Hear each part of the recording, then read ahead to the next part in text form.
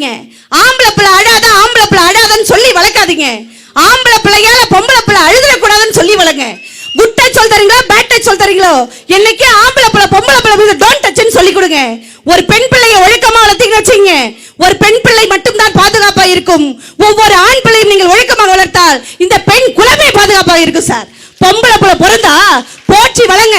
அந்த காலத்துல தான் பொம்பளை பிள்ளையா பிறந்தா கசப்பு வேம்பு முதுரம்னு பேர் வச்சாங்க. இந்த காலத்துல மகாலட்சுமின்னு பேர் வைக்கிறாங்க.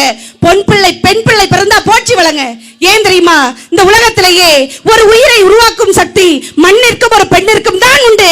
உங்க பொம்பளை பிள்ளை நீ கல்யாணம் பண்ணி கொடுக்கும் போது பொண்ணை கொடுப்பீங்களோ பொருளை கொடுப்பீங்களோ காரை கொடுப்பீங்களோ பங்களா கொடுப்பீங்களோ அது எவனாலும் பறிச்சுட்டு போக முடியும், எவனாலும் பறிக்க முடியாத அழியா செல்வமான கல்வி செல்வத்தை உங்க பொம்பளை பிள்ளைக்கு கொடுங்க சார். கட்டணம் கைவிட்டாலும் ஒருபொழுதும் கல்வி கைவிடாது.